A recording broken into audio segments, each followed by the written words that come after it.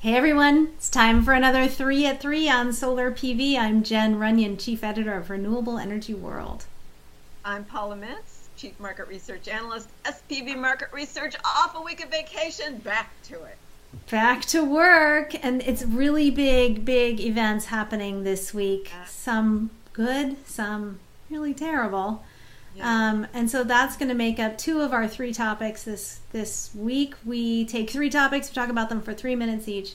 So today we're going to be talking about hurricanes and disaster relief and how solar can help.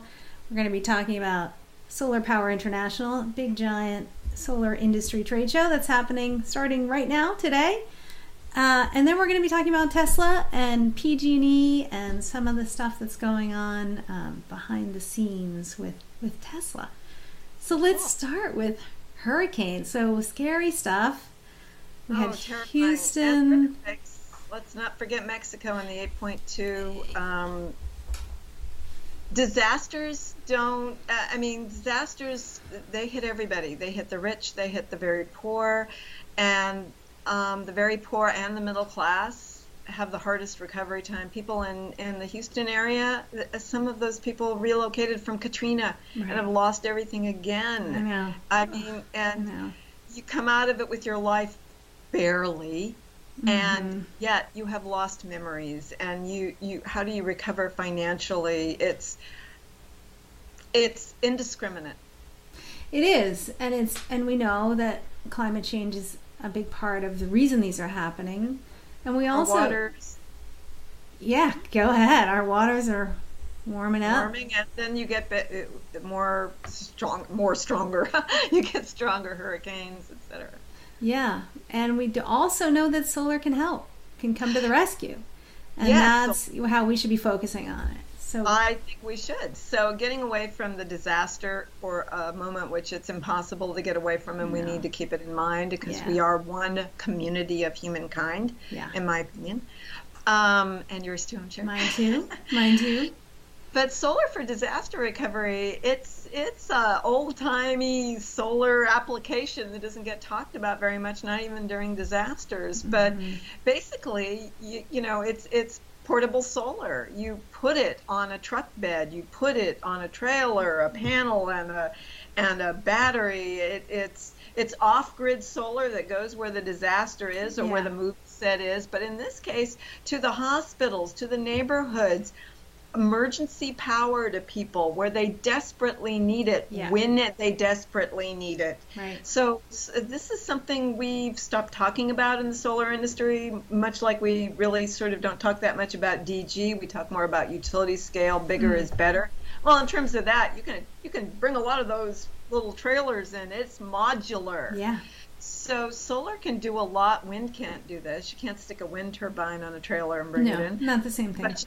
But you can help in situations like this. It's it feels almost distasteful to talk about business, but it's a viable business. Yeah. And it's something when we talk about the solar industry and we need to be thinking about, because climate change is making these natural disasters worse and worse and worse. We're going to have more of this. We're going to have more waves. Worse and frequent and more frequent. We broke a record in California and San Jose where I live.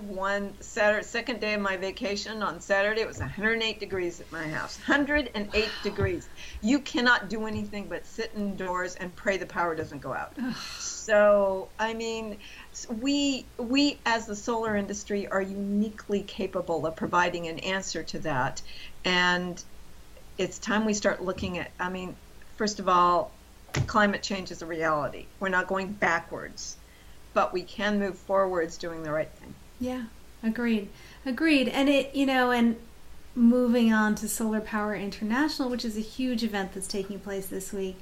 And where we are not. Where we are not. Unfortunately, we both had conflicts, but you had said, and I think it's a great idea for the folks there, and hopefully this is happening, to come together and, give an extra $1 to a hurricane relief fund. They're all there. Yes. This would be a wonderful thing for the solar industry as an industry to do, to show its support for help. Yes. I mean, so SPI is technically a nonprofit where the money goes back to the committee that set it up and to the two organizations for the solar industry. Right. But what about a percentage of that for disaster relief? We shouldn't forget Mexico, by the way. Definitely not. 8.2 earthquake. Seriously, I'm in California. Poor Mexico, man. But if you're going to focus on the hurricanes, a little percentage for hurricane relief. Yeah. And this was actually, I've been tweeting about it, and I don't know if anybody will do it, but it dates back to the fact that solar is essentially a grassroots industry at its best, at its heart. That's how we started. We're little pioneers, right? We're still pioneers. I mean, community solar, all that stuff, grassroots, it grows that way. So what about this? All those networking events, and which there are lots and lots. And, charge $1 for that beer for hurricane relief. Who of the thousands and thousands of people there wouldn't pay $1 for a beer if it's going to Irma, if it's going to Harvey? So that was my idea. We can do it, and this is the start of that conference. Do it. Yeah, let's hope it happens. So sitting at my desk, we are doing the best we can to cover all the announcements that are coming out of SPI.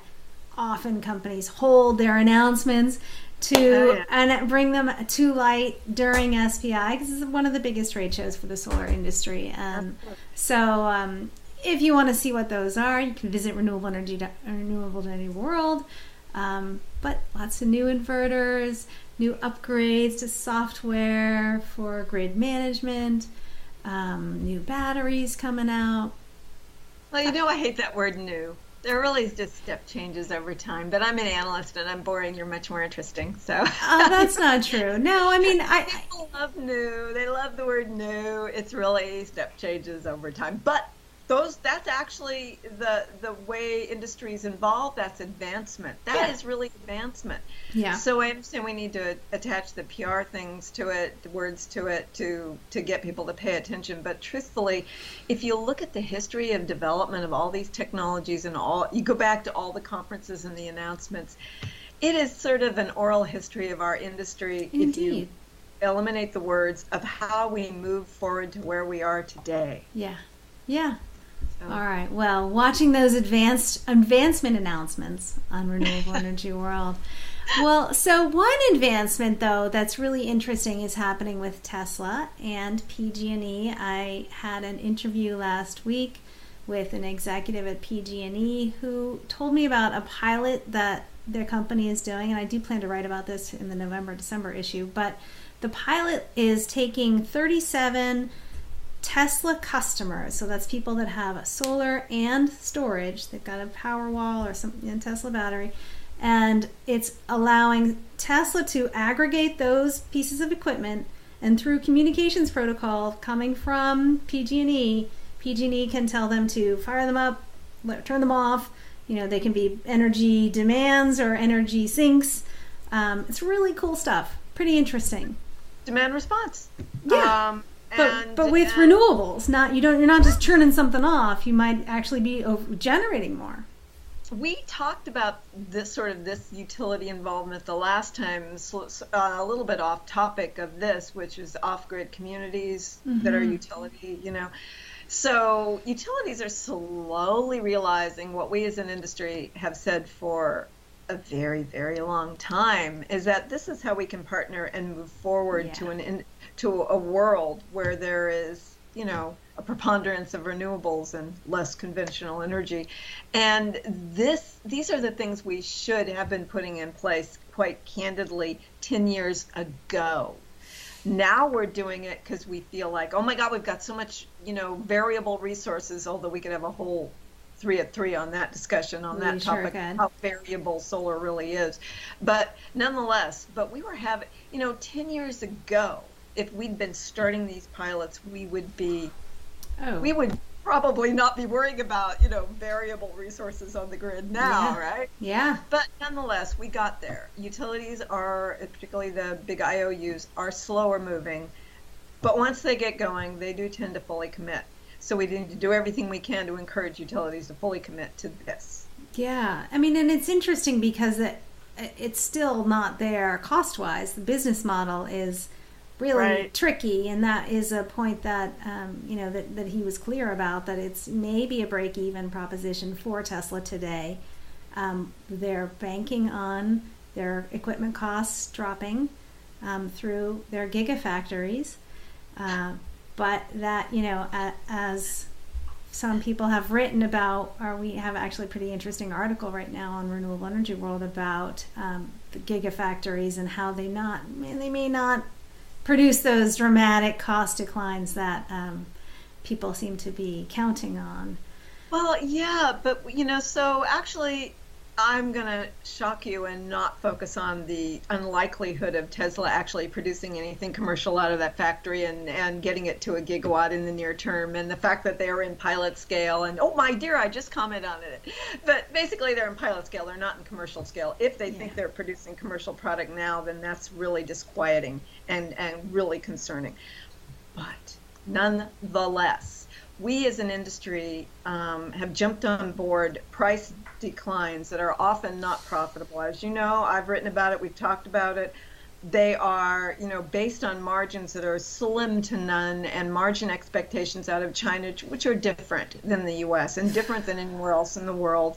And so everybody expects dramatic decreases in cost and thinks that cost and price are related somehow, and it's just not the case. Mm-hmm. So it's time, in my opinion, well, actually it's been time for a very long time, and I think I've said this so often that people are not listening anymore, but it's time we decouple from cheaper and talk about value.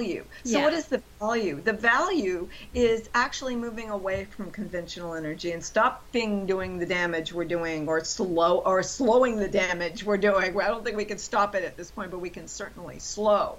We can't completely ameliorate, but we can certainly ameliorate a bit. But let's focus on the value of having uninterrupted power. The value of that is way more than the cost of the battery or the PV, candidly, way more.